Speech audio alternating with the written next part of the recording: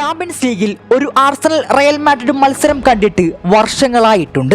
2 പതിറ്റാണ്ടുകൾക്ക് ശേഷം വീണ്ടും ഒരു ത്രില്ലർ പോരാട്ടം എത്തുമ്പോൾ എമിറേറ്റ്സ് ആരാധകർ ആകാംക്ഷയിലാണ്. മറുഭാഗത്തുള്ള മാഡ്രിഡ് ചാമ്പ്യൻസ് ലീഗിൽ എല്ലാം നേടിയെടുത്തവരാണ്. ഏത് നിമിഷവും തിരിച്ചു വരാൻ കെൽപ്പുള്ള 15 തവണ UCLന്റെ സിംഹാസനം അലങ്കരിച്ചവരാണവർ. എതിരെ നിൽക്കുന്നവരുടെ ശക്തി ആർസണലും അർട്ടേറ്റയ്ക്കും കൃത്യമായി അറിയാം. പക്ഷേ അയാൾ ഒരു നിമിഷം പോലും പതറിയിരുന്നില്ല. എമിറേറ്റ്സിൽ വെച്ച് അനായാസം മാഡ്രിഡ് വധം നടപ്പാക്കുമെന്ന് അർട്ടേറ്റ മത്സരത്തിന് മുമ്പ് തന്നെ പറഞ്ഞതാണ്. എന്നാൽ അതെല്ലാം വെറും വാക്കുമാത്രമായിരിക്കുമെന്ന് വിശ്വസിച്ചവരും ഏറെ. ഓപ്പണൻസ് മാഡ്രിഡ് ആയതുകൊണ്ടും UCL ആയതുകൊണ്ടും അർട്ടേറ്റയുടെ ഈ തന്ത്രം വില പോകില്ല എന്നും കരുതിയവരുണ്ടായിരുന്നു.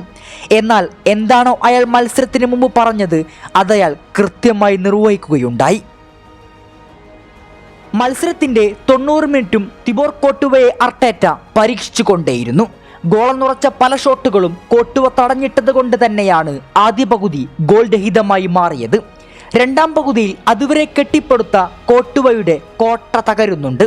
ചിത്രത്തിലെ ഇല്ലായിരുന്ന മാഡ്രിഡ് പ്രതിരോധത്തെ ഒറ്റക്ക് കാത്ത ആ ബെൽജിയംകാരൻ റൈസിന് മുമ്പിൽ നിസ്സഹായനാകുന്നുണ്ട്. അതെ, ഡെക്ലൻ റൈസ്. 2023 റെക്കോർഡ് തുകക്ക് ആർസണലിലേക്കെത്തിയ ഇംഗ്ലീഷുകാരൻ. വലിയ തുക ചിലവഴിച്ച് അയാളെ ടീമിലെത്തിച്ചതിൽ പലർക്കും അത്ഭുതമുണ്ടായിരുന്നു. എന്തിനാണ് ഇത്രയും ചിലവിട്ട് റൈസിനെ ഗണ്ണേഴ്സ് റാഞ്ചിയത് എന്ന് പലരും സംശയിച്ചുപോയി. അയാളിലെ പ്രതിഭയെ പൂർണ്ണമായും വിശ്വാസമില്ലായിരുന്നു. മാഡ്രിഡിനെതിരെ 58-ാം മിനിറ്റിൽ ലഭിച്ച ഫ്രീ കിക്ക് പോലും റൈസിനൊപ്പം നിൽക്കുന്ന ബുക്കായോ സാക്കയായിരിക്കും എടുക്കാൻ പോവുക എന്നും കരുതിയവരുണ്ടായി കാണും. എന്നാൽ ഏവരെയും ഞെട്ടിച്ച് ഡെക്കൻ റൈസിന്റെ വലതുകാലിൽ നിന്നും ആ പന്തിന്റെ യാത്രയാരംഭിച്ചു. നിരന്നിരുന്ന മാഡ്രിഡ് താരങ്ങളുടെ അപ്പുറത്തുകൂടെ വളഞ്ഞിറങ്ങിയ പന്ത് ഡൈവ് ചെയ്ത കോർട്ടുവയെയും നിഷ്പ്രഭമാക്കി വലയിൽ ഇടിച്ചിറങ്ങി. പേരുകെട്ട പ്രതിരോധ മതിലിന് അപ്പുറത്തുകൂടെ പന്തിനെ വളച്ചിറക്കിയ അതിസുന്ദരമായ കാഴ്ച. കൃത്യം 12 മിനിറ്റുകൾക്കപ്പുറം വീണ്ടും ഒരു ഫ്രീ കിക്ക്. എടുക്കാനിരിക്കുന്നത് the same man Declan rice.